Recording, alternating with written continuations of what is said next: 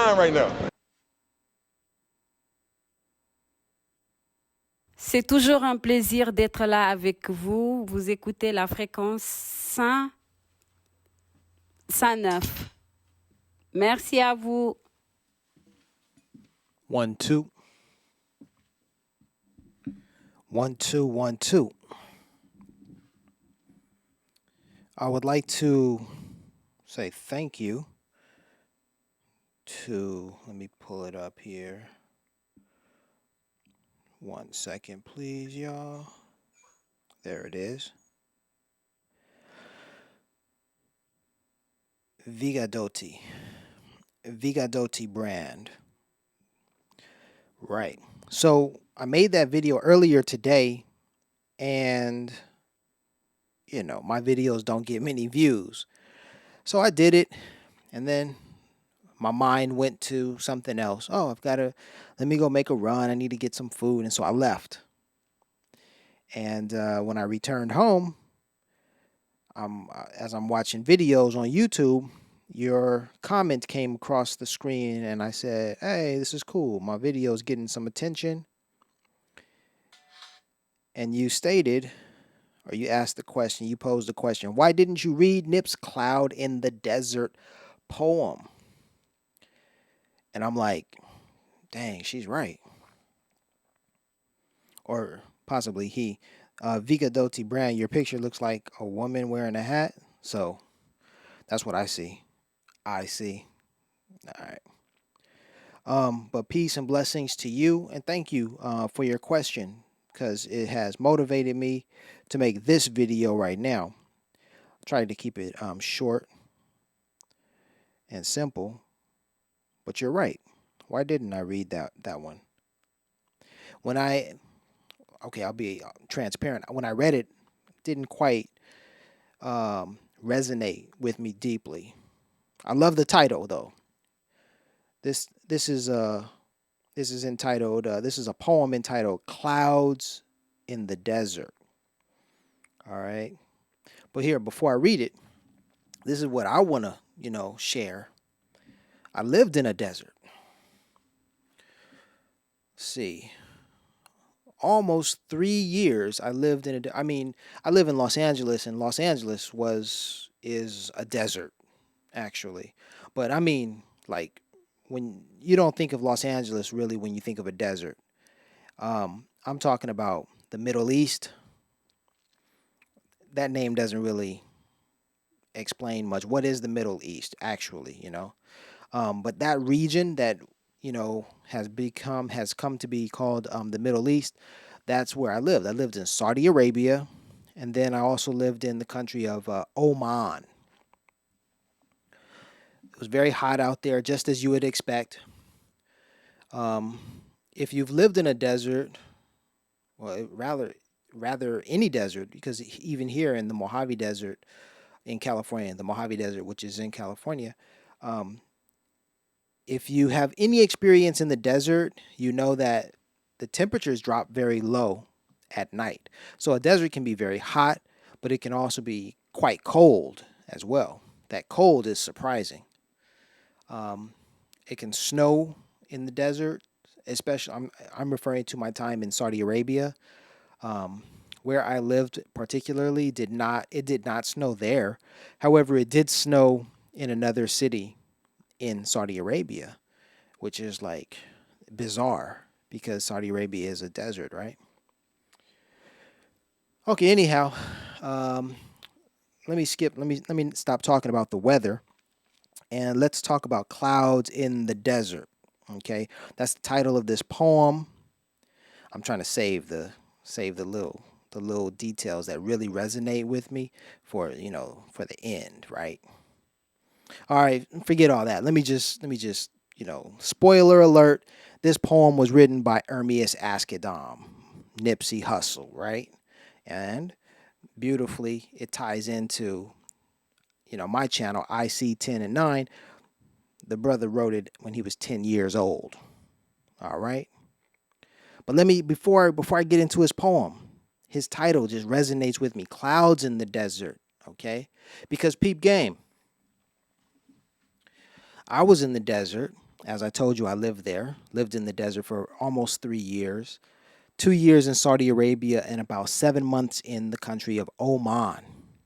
Oman's a beautiful country, and some very interesting, very strange, even sad things happened while I was in that desert of Oman.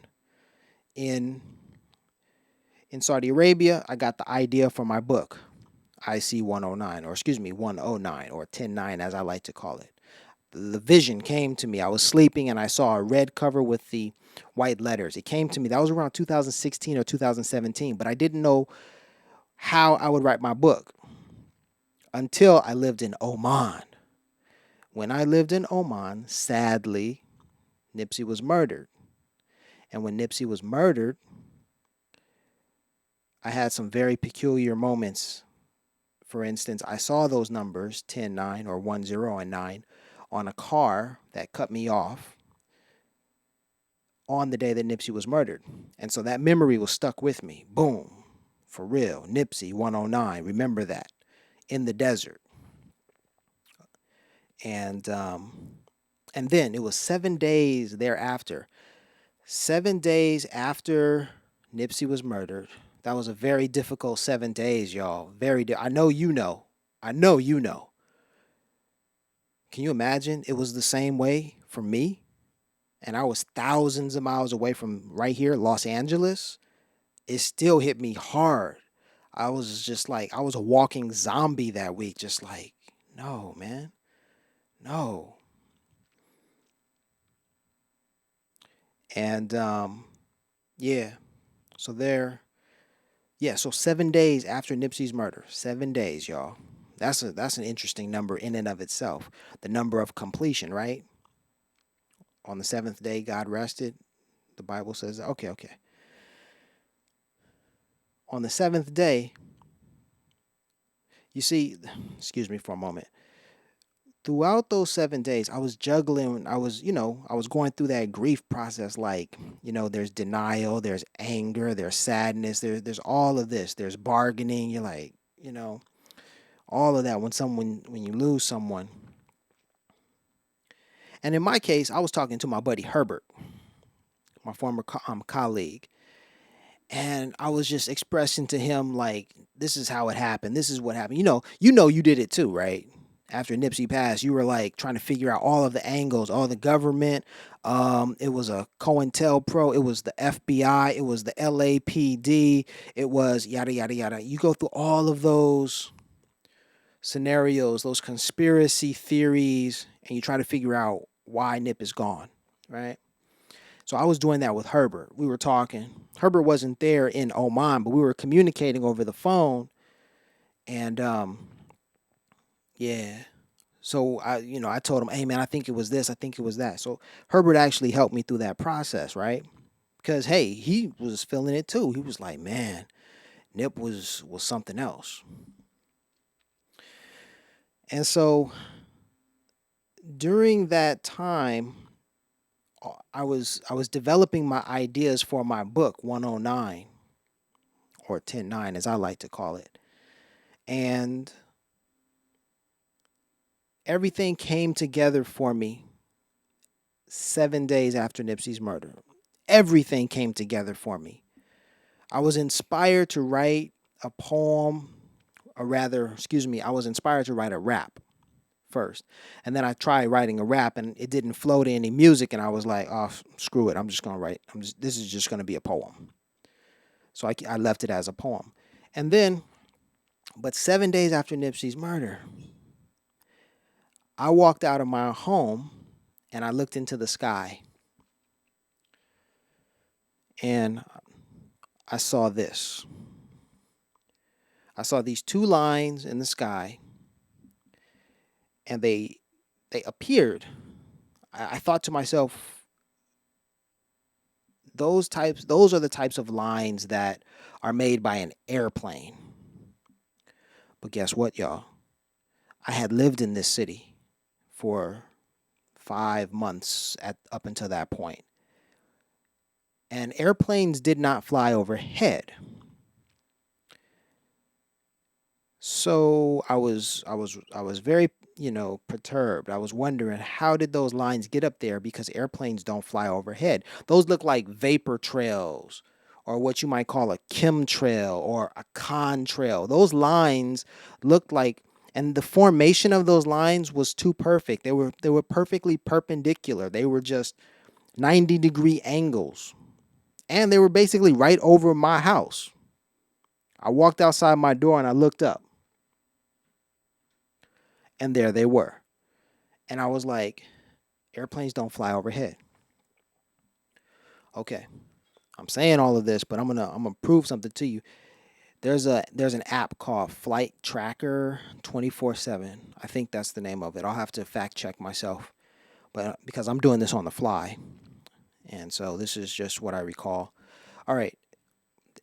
If you were to move the map over that region where I lived, the city of Nizwa in Oman, and just look at the flight paths of those airplanes, you will find that if airplanes fly overhead, if they do, they fly at 30,000 feet or more.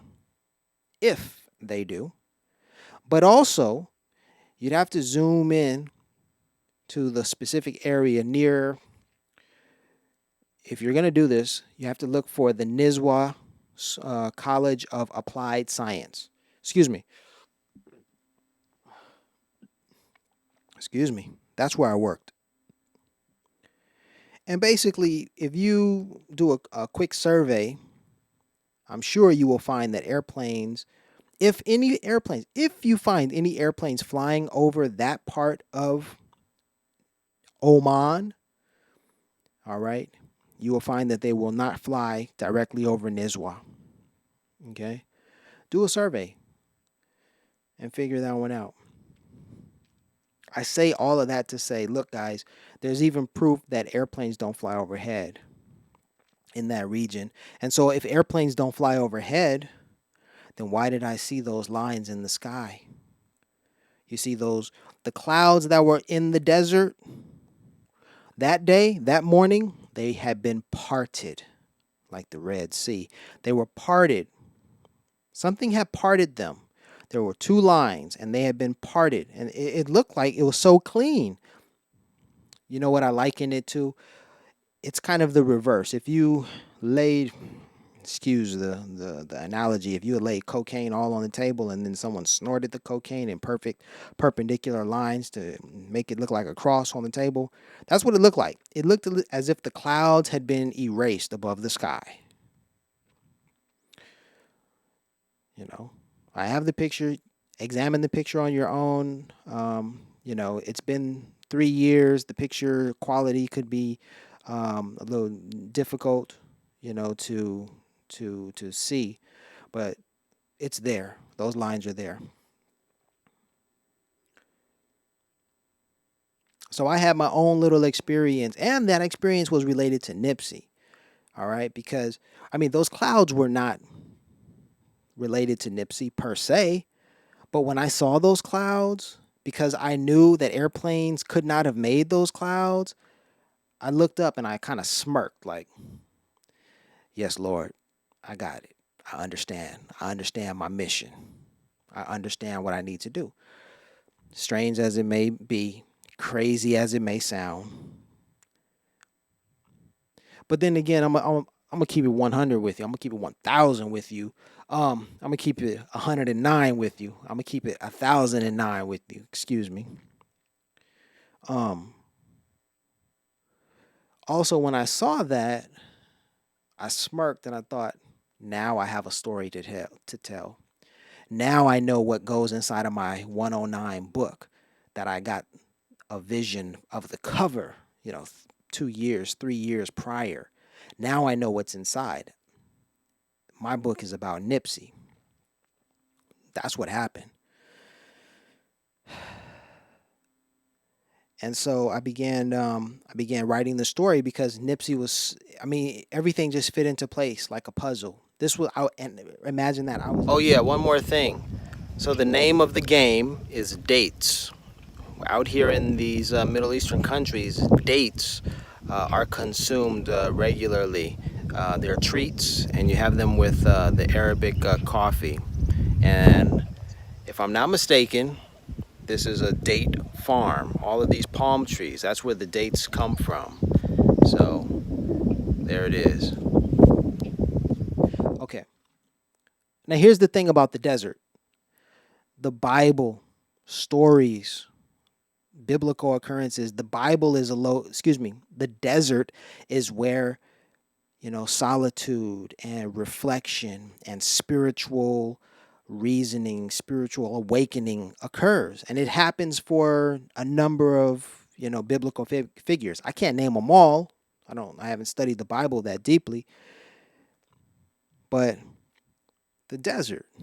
When do you hear about, those strange things happening?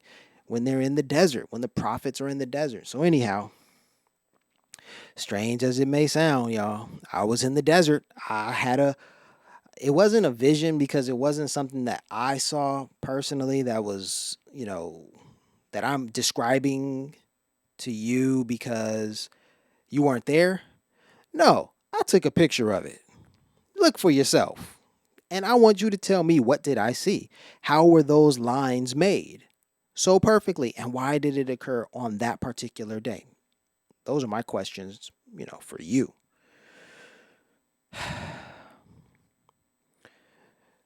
So the way I like to tell the story, the way the story is I had an experience, very strong.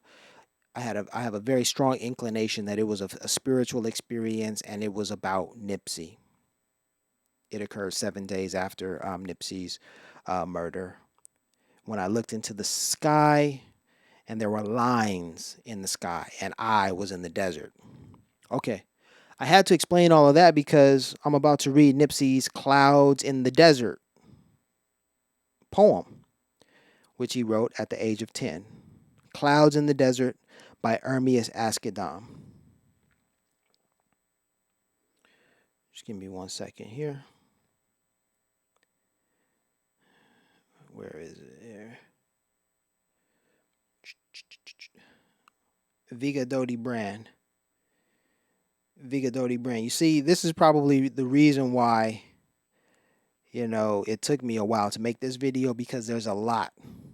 Because that video, Nipsey's poem Clouds in the Desert, like, I guess it really does resonate with me deeply. The young boy was talking about a desert. Shoot, man. Okay, so with no further ado, let me read Clouds in the Desert by a young 10-year-old Ermias Askedam, better known as Nipsey Hussle. You are burning through the day. As I run, you follow me. You are all over. As I cry out for help, I am struck by the light. Not a soul responds to my cry. The light stretches over a long sea of clouds, but the cool bed of clouds cools me. Am I safe from the sun's rays? He says, and I am safe from the sun's rays. I am not safe. I run, but it is all over me. Now I am scared.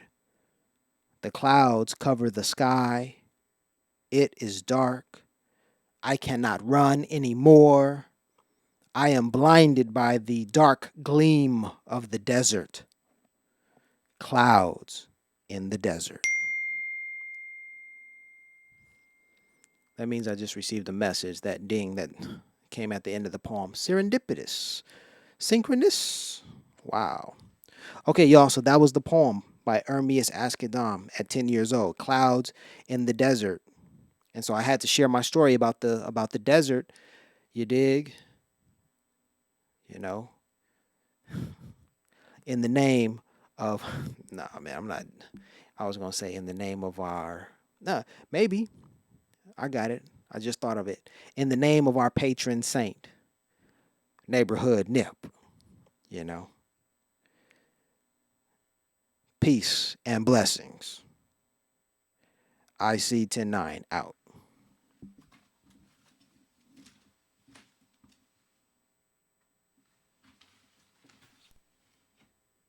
C'est toujours un plaisir d'être là avec vous. Vous écoutez la fréquence 109. Merci à vous.